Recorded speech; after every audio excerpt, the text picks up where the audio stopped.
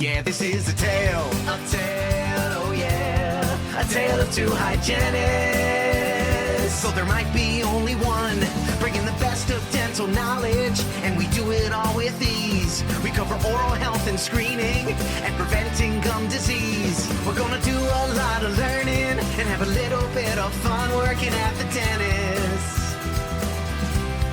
A tale of two hygienists.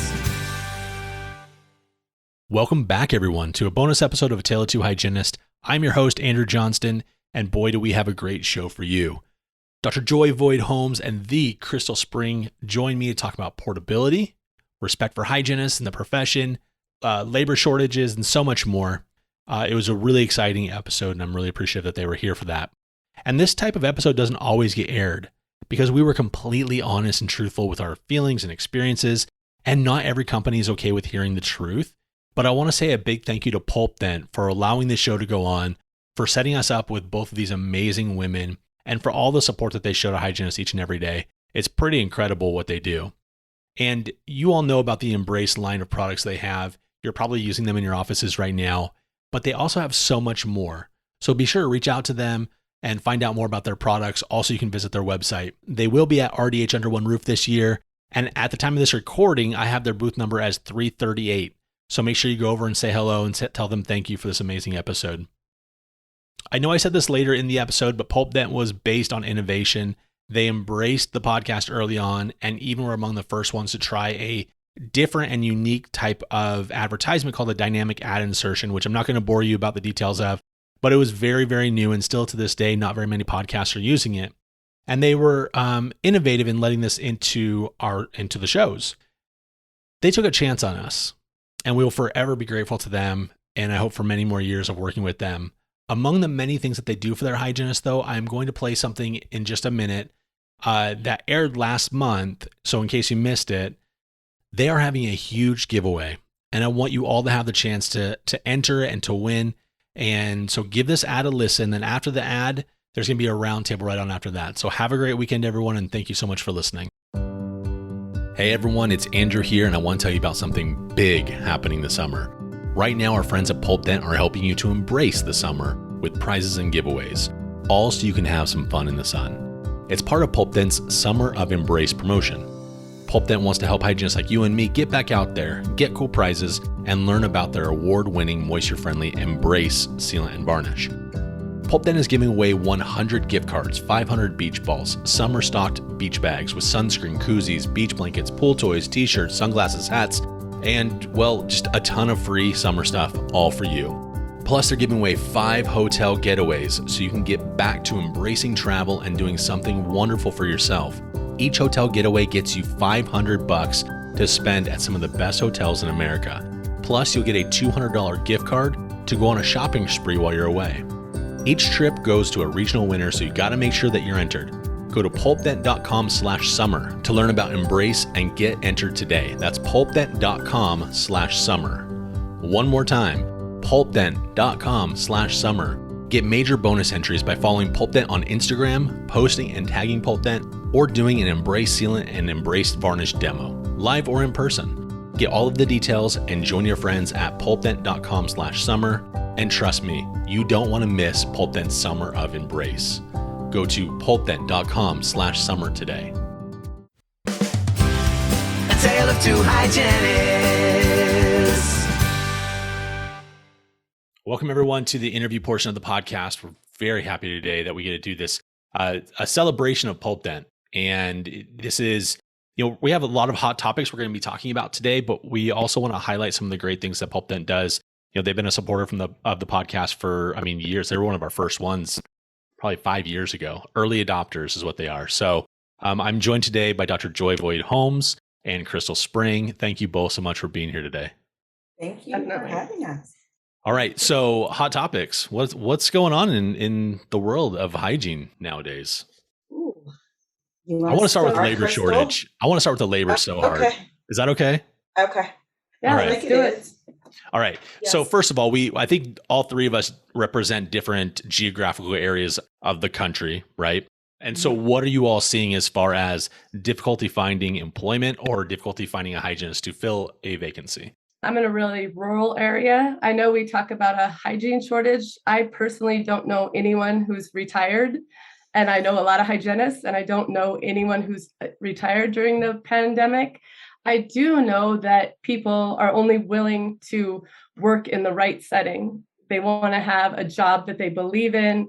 And maybe there's a shortage if your office isn't up to par. I think hygienists are a lot pickier with how we treat our patients and looking at their whole health. So I don't really look at it the same way. So I am in Maryland, but where I'm located in Maryland, about 25 minutes or so from Washington, D.C., 25 minutes or so from Northern Virginia.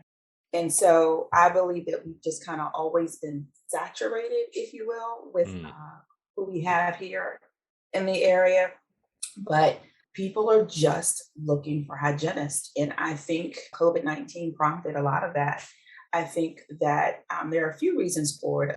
To your point, Crystal, I do agree that hygienists, they have almost felt become empowered.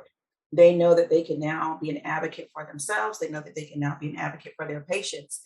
And so they're just not willing to accept being treated any type of way, having their patients being treated any type of way. But then I think there's also the other side of it where hygienists are like, wait a minute, and I'm just throwing random numbers out there. You've only been paying me $40 an hour, and I've been working with you for 20 years, and now I know I can make $70 an hour. So I just rather leave. And then I just think some people truly just got burnt out. So shortly after COVID, it was just like a special community day where, I volunteer my time. And I'm like, oh my gosh, I don't know how people do this day in and day out. In my 20s, I could probably run circles. But I just think, now with all of the added demand, sometimes it's taking a physical toll and people are not taking care of themselves the way they need to. So I think the job is becoming physically taxing. But the response to the labor shortage, I'm not happy with. What do you mean by the response to what do you mean the response? Because there's such a shortage in certain states now, dental assistants are having their scope of practice expanded to include some of the duties that we would traditionally do. All right, we're going to put a pin in that one because that's going to be another hot topic to cover here in a minute. So I'm glad you brought that up. Yeah. So to both of your points, so geographically, again, the differences that we're seeing, I'm here in Florida. I work for a large group practice. We have 125 offices in Atlanta and all over Florida, right? So the interesting thing is, like, I came on in August 2020. So the pandemic had already been raging. We'd already started coming back to work. And I don't know exactly what happened in my company as far as like layoffs or furloughs or whatever they call them. But I know that there was about 80 hygienists that were back when I got here. And they were ramping up to fill all of these offices. And so a lot of offices didn't have any hygienists at all. No doctors, like everyone was just gone doing whatever they were doing. But now what we're seeing, though, is not only are we able to bring in the one hygienist, but now we have 2 and 3 hygienists in a lot of our practices. And not only that, and this sounds really kind of bad, and I don't mean it. Gosh, I really hope my employers aren't going to be listening to this one, but I don't mean it in any sort of bad way. But like, we're able to have the ability to take those hygienists that aren't really dedicated to the cause of what our mission statement is, and weed through some of them and either coach the ones that want to be a part of what we're doing, want to have a good high standard of care for our patients, and we're able to retain them. But we're now getting to the point where we can be picky, and that never has happened before. Good. So I think there was a lull. I don't know if but also we live in Florida. So, I did, I think 3 interviews in the last 2 weeks from people from Ohio. I always do New Jersey, New York interviews, people that are moving down, everyone's relocating. And so I think that Florida might be in a little bit better of a situation than a lot of them. But if I'm stealing your hygienist from Ohio, is there going to be a shortage there? I just don't know. Something that we didn't touch on that I think about a lot is before the pandemic, I don't think that people put so much value on their health. And now everyone is like, I have to get my teeth cleaned. Mm-hmm. I want to be healthy. So we I don't think we lost as many hygienists as you think, as much as we gained so many more patients actually caring about their health. knowing that their oral health is part of their overall health. And if they watch anyone go through COVID and we think about ventilator pneumonia, like I think that's something that is causing a lot of the shortage, is the increase of patients that put a value on our services. It's a solid point. We have waiting lists for months in some of our offices, and we have, again, 2 or 3 hygienists servicing those patients, and we just can't keep up. Do either of you think that it's fair to say that hygienists chase money? Because I know that that's something that kind of goes around, that we're always like, oh, we're chasing the money. Like we're greedy people. Some do. I do think that some do. I think the vast majority of us do not. But there are absolutely some that do. And it goes back to what I said, not during this recording, but when we were having a separate conversation, the notion that you have RDH as your credentials, or you have RDH by your name, you think that that should guarantee that you're getting paid top dollar. But what are those other things that you bring to the table? Are you just, what do they call it, a flick and pick chick? Like, are you just concerned about getting through a 25-minute cleaning, which and I despise that word, or are you really, taking time to advocate to your employer, advocate on behalf of your patient, that I do need more than 45 minutes. I need an hour, or I need an hour and a half with this patient, that I do want to talk to my patient about their oral health. You're going to advocate for that time. I am providing nutritional counseling. I am investing in myself, even when my employer won't, to go learn these new technologies to bring back to the office to offer to my patient. I am considering the whole person, not just the mouth, but I'm considering any type of systemic disease they have and the oral implications. So unfortunately, and I may catch some flack for this, but I'm going to be honest, there are definitely people who will chase money. It happens. Absolutely. And that's the ugly side of it. Yep. And I might sound a little ignorant. Like, I work with a nonprofit that I co-founded, and I feel like we're from like this, it's kind of like bliss. Like, all the hygienists that we're with, we have a mission. It's more about the mission. I don't think we've ever done a raise. That's kind of awful, saying that out loud, but I don't think it's so much about the money. I think I feel like I live in a bubble in that perspective. And I feel like the people we surround ourselves with aren't those types of hygienists, but I do know they're out there. Yeah. Well, I think that goes to just human behavior, right? Like we all, whether it was something that we learned and adapted to, or, we're modeling behavior or whatever it is, we all have a certain value system. And sometimes it is, and not to get like my personal history out, but I grew up in not being very rich, right? Like we didn't have any money, and I don't want that. And so I think there are different like triggers in me that's like, okay, if I can make not $2 more an hour, but like $10 more an hour, you times that by the 2,080 hours I may be working. I mean, that's another 20 grand a year. Like, that is significant. So would I be chasing money? And that's another thing too, is like, what does my family situation look like? What are all the different triggers that could make someone make a decision? But I don't think that just as a profession, we are, gold digger, money chasing, whatever we would call it on the social medias. But what I see though is, and I think Joy, you're the one that said this earlier, is like, if you have the office that is treating you right, that is doing comprehensive care, that is doing, like, no one's going to want to leave that. And if our value system is to give back, we're going to be doing public health, and we're not going to be asking for a raise. We're not going to be asking for those things, because we get our cup filled by, the service that we do for others. Okay. So I want to talk a little bit about the portability issue, the big, reciprocity between states, the interstate compacts. There's different titles that it's been given, but basically a hygienist being licensed in one state and a hygienist being licensed in a different state is very hard to to come by. I think everyone that's listening to this episode probably knows how I feel about this, because I've ranted on it a few times, and I know that I'm in the minority on it. But I would love to hear both of your perspectives on kind of what is happening with portability and things like that. Yeah. So to me, this is a really, really important issue. I run a nonprofit where we do mobile, kind of more portable than mobile, if that makes sense, because we're hauling everything in. We go into schools and nursing facilities and just kind of everywhere. And it's really interesting when I talk to hygienists from around the country that call me and ask for advice. And I'm like, what So you can't do teledentistry, and the dentist has to be within 50 miles. These are all things that are they're just crazy, right? Like there's no reason for this. I can't really think of anything, how it's protecting the patient, how it's protecting public health. Like I really feel like that's unnerving. Not only the cost on a hygienist having to go back and retake all these tests. And we were trying to figure it out one day. We felt like retesting when you move to a new area costs a hygienist about $3,000 to $5,000. That's a lot of money. And, we talk about hygienists being greedy. I know a lot of places where hygienists would never be able to buy a house on their own. Making $40 an hour, yes, it's great, but a lot of these hygienists have student loans and things like this. And then you're going to put an extra $3,000 to $5,000 because they had to move across state lines. I just think it's crazy.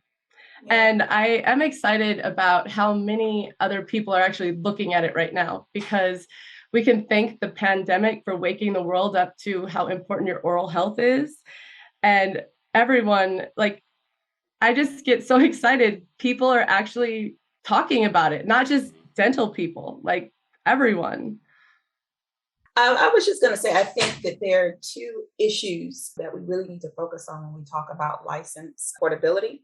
I think what some dental hygiene professionals aren't realizing that, okay, let's say that this act, if you will, if it is passed, you still have a state that doesn't change the State Practice Act. So yes, you may be able to move from one state to the next, but what you are able to do from one state to the next isn't necessarily going to change once this act passed. And I'll give you an example. I'm from Maryland.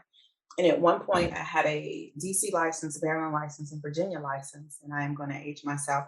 I graduated in 1997. And one state had direct supervision, one state had general supervision, and one state had indirect supervision. And so, having to keep track of all of that and what I was able to do in one state versus the next state, and I tempt, I highly advocate for temping. I've always done that. So that can be really difficult to keep track of.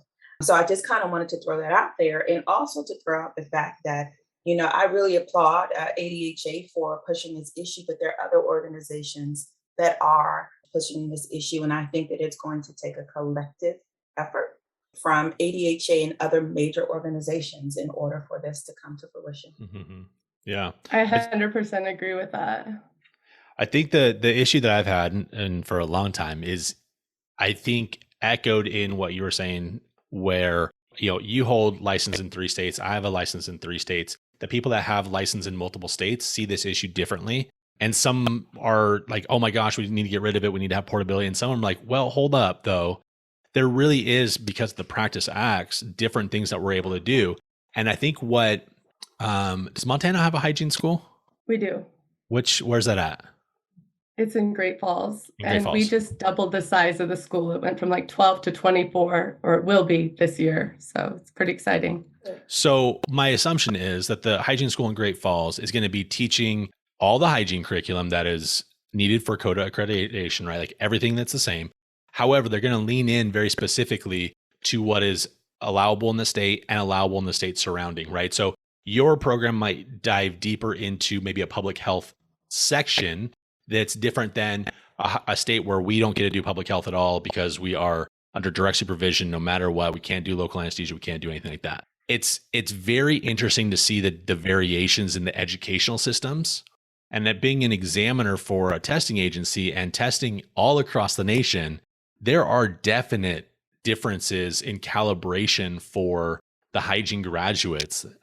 I don't know if that's necessarily the curriculum, or if it's a failure of those educators to educate themselves about what's current. And having experienced some of that firsthand. And I will say that I remember, again, aging myself in 97 in Washington, D.C., you couldn't give anesthesia back then, but it was taught to us. Here in Maryland, there are certain injections that we cannot give, but we teach it anyway. Lasers, okay.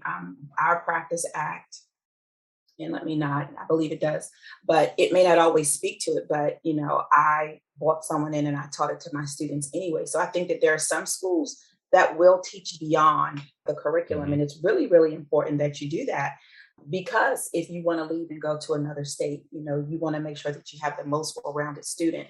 So yes, it's just tricky. I've just seen some educators that want to teach the way they were taught 30 years ago. Sure. And it's up to that program chair. And as an examiner, I will absolutely agree. You see some things and you're like, is it specific to the area? But then you get some students in that school that do it perfectly right. So is it the Mhm. student? Is it the educator? Like, what is it? So I think it's just Multifactorial for sure. it is for sure. So it's not the same everywhere. And that's where these interstate Yeah. compacts are better ideas than just, reciprocity. Not every hygienist is the same. And our curriculum, I'm so sorry, it's not the same. And because of all those factors that you said. Yeah. As far as It's this, definitely going to be an offline conversation. I have something to talk to you about with Okay. regards to those Florida issues. And call me naive or maybe just a little too positive, but I believe having reciprocity would change that. I believe that we would have to start teaching differently. We would have to, I'm not an educator, but I know our schools are having to be code accredited. So I think that it would put a lot of pressure on that to make sure our students were, not just well-rounded for their area, but knew all the different areas. And I think that our state license and our practice acts will change from that. Again, maybe I'm a little naive and a little too positive, but I really see like there being some hope in that. there definitely is hope. And I guess I know I'm coming off as really negative or whatever. Like I'm not against the idea. I'm against the way it's being rolled out. That's the biggest problem. I want everyone to be able to, especially the people like they're in the military that have to move, that they don't have a choice. They're being, relocated. I want them to be able to practice wherever and to the same standard of care that is expected in that particular state with all of the tools that they are supposed to be doing. That's the bigger picture. You're absolutely right. But again, the way we're rolling it out is ridiculous. Absolutely ridiculous. Now, probably 7 or 8 years ago, I wrote this thing of ideally, this is how we would do it. It would be a tiered structure. The top tier is going to be the Minnesota, Maine, whoever has therapy and all that kind of stuff in it. The widest scope of practice, according to the practice acts of the states, not the ADHA's will of whatever. And then the next tier, and then the next tier. And everyone can have reciprocity down. They don't get to have reciprocity up. So for example, those that can't do local anesthesia in their state wouldn't have reciprocity in the states that do have local anesthesia.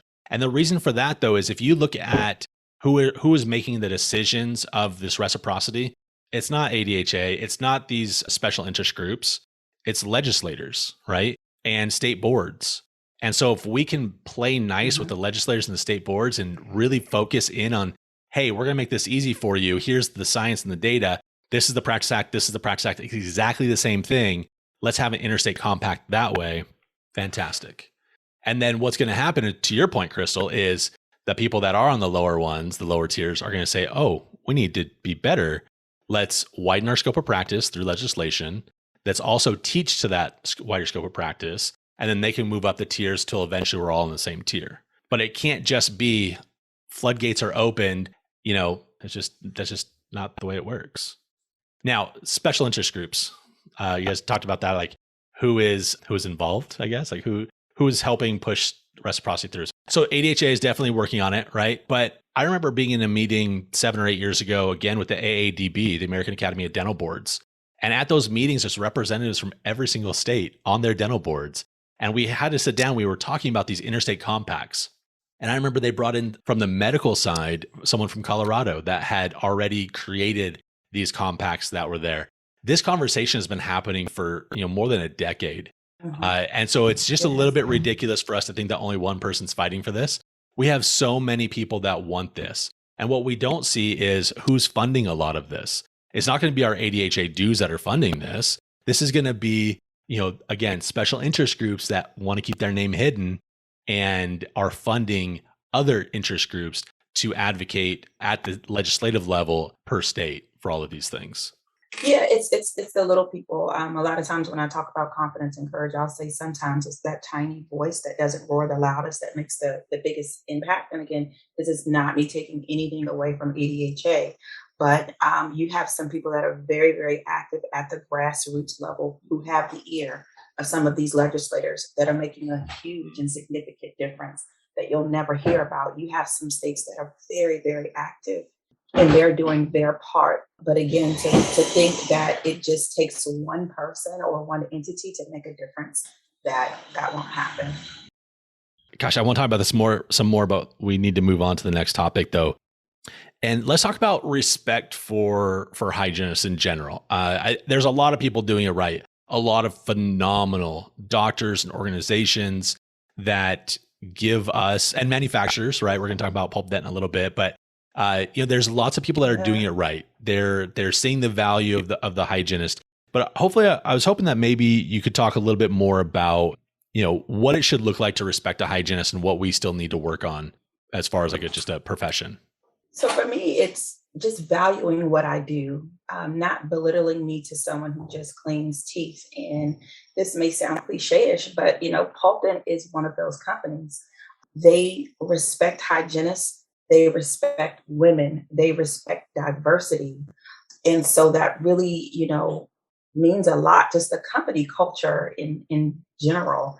I don't know, but Andrew and Crystal, you both have been to tons and tons of, these conferences. And sometimes you can just feel the tension when you visit some of these booths.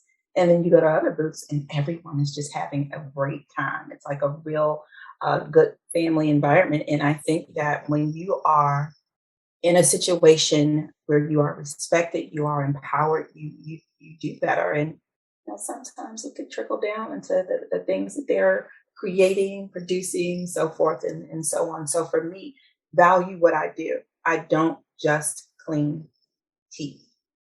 I don't just clean teeth. And I think with someone like Pulpdent, they have such a they have so many products for dentists that they don't have to focus on hygienists the way that they do. And a lot of these companies, in addition to, saying thank you and, allowing them to come to your booth, how do companies show you if you're important enough? Is they spend money on you, right? And they put their money where their mouth is, so to speak. And so they invest a lot of money, including doing things like this roundtable we're having, to support the RDH. I just wanted to say, I think that how hygienists are respected is how they respect themselves. And Joy was touching on that. But I think our dental culture is changing more than we think it is. I went to my first Chicago midwinter, and I will tell you, I was a little nervous. I thought, how are people going to treat me when they see RDH on my badge? Like, should I hide it? Should I put a sticker over? Like when you're thinking of that, like how are they going to perceive me? And I think I walked in with a lot of confidence. I'm really proud of the type of hygienist that I am, and I'm proud of being a hygienist.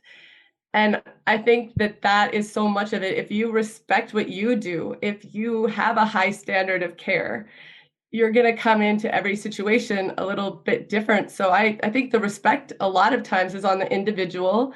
I would say on a legislative platform, that can be different. I like the idea of coalitions. I really like the idea of people helping hygienists with the legislative process, because if you ever participated in legislation, it's probably one of the scariest things I've ever done. And at the end of the day, it was really personal. It wasn't, the dental hygienists are doing this. It was Crystal Spring is doing this, and Crystal Spring is a liar. And there was just a lot of things that happened that, we have to really think about all the different people who can help us with changing legislation. And I believe it starts with respecting ourselves and what we do. Well, that's a great point. I mean, I think because you're right, when you respect yourself, then these coalitions are going to want to work with you. When you can prove, hey, I have this knowledge, I have this experience, I have this expertise, they're going to want to be your partner. And, I think that, we kind of glossed over the legislation change, and we probably maybe need to circle back to it, but there is probably no bigger thing or more important thing that we need to do to show that we respect ourselves than really participate in changing legislation. And it can be from in our own interest, or it can be on the interest of somebody else. I think that, we could really show our doctors that we support them. And so we just need to really, prove that we have value. And if we're working with the dentists and, they have a legislative agenda that we support, we need to come out and support them. We need to not just sit back on the sidelines. And same with dental assistants. We're really concerned right now with scope of practice issues, right? I think special interest groups are using the pandemic and the scare tactics of the labor shortage to move very specific agenda items, and they don't need to. But if we were to come out and support assistants in a way that is purposeful and meaningful for the profession, then we're going to look really good as a group. And so I think that is something that, but you're right, it all comes back to we have to respect ourselves first, and we have to be able to help others with that. Yeah, we have to be empowered. And I don't think hygienists realize there's a lot of power in what it is that you bring to the table. And I think if dentists were to realize that how much a dental hygienist could benefit their practice, I mean, it is such a game changer. I have been fortunate enough very early on in my career to be respected for what it is that I bring to the table, for what it is that I can do for people to push me to that next level. And on the flip side of that, I've worked with some really amazing dental assistants. And so I don't feel like I'm better than anyone in any practice. What we do and what we bring to the table is different, but we're all members of the same team. And even the front desk person, we all bring something valuable to the table. And I think we just really have to learn to respect that. Absolutely. Definitely. And I think something that we can't think of ourselves as tooth scrapers. When we're going back to anyone else scaling anything, a dental hygienist is so much more than that. You guys remember what you had to go through to get your license. We're so much more than tooth scrapers. And that belief in like what we can do to change people's overall health and how important we are will show up. Do you believe, Crystal and Joy also, and maybe this is probably just an Andrew's point of view on the profession, but I feel like what had happened was we did have comprehensive care, pretty good comprehensive care early on. And then something happened, but it ended up becoming, you are a cog in this machine, tooth scraper, just do that, nothing else. But now I feel like we're coming out of it again. And we are being given enough time to do comprehensive care and preventive and therapeutic options for our patients. Is that just me? Am I just the only one seeing that, or is that something you're experiencing as well? I think there's a point to it, but I also think that, we have to take it back to, well, how does this get started? How are you being educated? So I remember going to school, and I remember my teachers, advocating, be a part of your professional association. And this is why you need to do. And, I remember hearing stories of the amazing legislative sessions they had. And, when people saw them coming, they got scared because they knew. And I don't know if there's, during a certain point, I think people, number one, the standards to become a dental hygienist were a little different. I think that now, just because people are coming into it for the wrong reasons, I think once upon a time, people became a dental hygienist because they wanted to make a difference. And then it got to a point where you were just wanting to become a dental hygienist because you wanted to make a little bit more money. And that's not everybody. I think, again, it's multifactorial. I think there's so many different things, but again, it's this paradigm shift. And I think it's swinging in the right direction. And I am excited about it. Crystal, I wanted to ask this kind of this final question for you specifically. And you work in public health. And I wanted to know, what have you seen as far as support from manufacturers in delivering the high quality of care that you want to deliver? So I'm super proud of what we're doing with Smiles Across Montana. My major focus this year is medical dental integration, because a lot of the patients that we see, I might be their only healthcare provider that year. Is that right? No, but that's the truth. That's what I am to these patients. You have people asking you questions about other body parts that you're like, whoa. But, our nonprofit, I'm so amazed. So I got a Velscope, people wanting us to have the right products to be able to use. A lot of companies, Pulpdent has been really, really gracious to me. I really appreciate that. affordability for public health, because a lot of these products can be very expensive. And we've gotten a lot of support from just so many different companies that help us to not only provide care, but exceptional care. And that's the big thing for me. So when we first started, we were just two hygienists working without the supervision of dentists. And when we looked at this, and a lot of hygienists are going to probably be annoyed with me for saying this, we want, direct access to patients. But for our program, this perfect meld between the dentist and the hygienist, and we have assistants, and we're a team. We're coming in. I really believe it's a beautiful process. I'm able to say, yes, we take intraoral pictures all the time, but we also, take x-rays, not all the time, but a lot. And our dentists look at those, and we can walk away knowing that we gave our patients the best care. So I think a lot of the different manufacturers I think they see what we're doing and they're impressed by it. Mm-hmm. It's incredible. I mean, the evolution of what's, accessible now, it's night and day difference.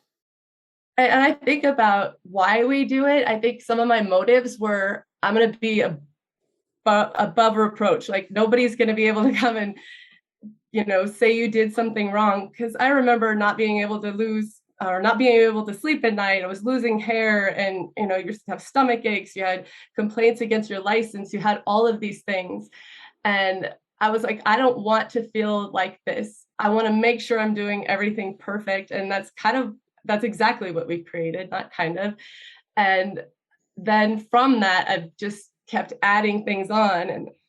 And Michelle Hudson and I had a huge conversation once, and we just started from that, how do we make, mobile and school-based clinics, how do we make them the best that they can be? And at first I thought, well, it's impossible, but it's becoming more and more possible with the innovation. And I think a lot of manufacturers are looking at what could we do to make this portable.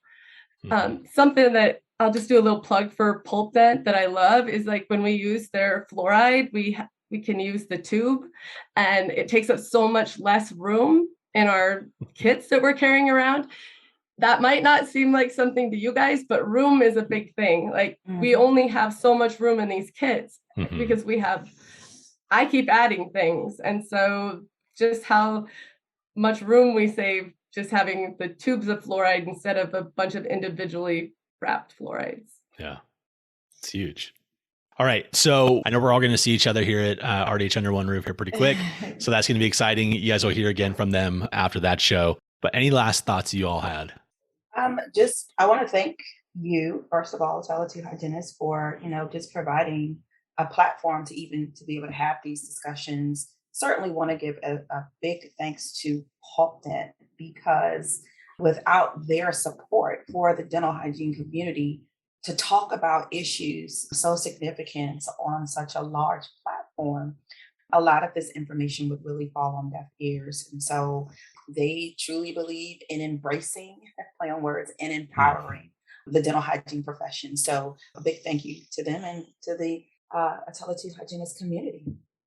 Yeah, and I also want to thank Pulpdent. They've given me a lot of opportunity to use my voice, and I was a little bit nervous this morning, and I'm a talker, and I was nervous. I'm like, oh my goodness, I've never been interviewed by Andrew, and I get to talk with Dr. Joy. And even though you guys are my people, you're my friends, I was still a little bit like, oh, I need to be so on. So I got up at 6 for my 8 o'clock. Yeah. Yeah, I actually showered too. That was awesome. It's like talking amongst friends when you're with Andrew. It's definitely one of the easiest interviews you'll ever do in life. He makes you feel very comfortable. Well, thanks. I mean, and same though. I mean, I feel, I don't know if I've ever been this passionate about some of these issues on this podcast before, but it's because, you're my friends, you make it feel safe. And a lot of manufacturers would say, okay, these are the things you guys cannot talk about. These are the bullet points you have to do. One thing, okay, behind the scenes, no one's going to care about this, but I'll tell you guys just because whatever, we'll keep it recording. Pulpdent they're the only partner that we work with that has captured my voice. And that means a lot to me. It's not like my physical, like what you guys are hearing now, but when we do ad work together, they send over things that I almost never edit because it's exactly how I speak. And so I think it's a testament to, they really try and get to know the professional. They try and get to understand, who is the target audience, sure, but how do we communicate properly with them? And they've nailed it with Hygienists. They get it. And I love it so much. So again, thank you both for being here. I really appreciate you and your thoughts, and hope you guys have a good day. Thank you, Andrew. Definitely. Thanks, Crystal. Yeah, this is fun. Yeah, this is a tale, oh yeah, a tale of two hygienists. So there might be only one, bringing the best of dental knowledge, and we do it all with ease. We cover oral health and screening, and preventing gum disease. We're gonna do a lot of learning, and have a little bit of fun working at the dentist. A tale of two hygienists.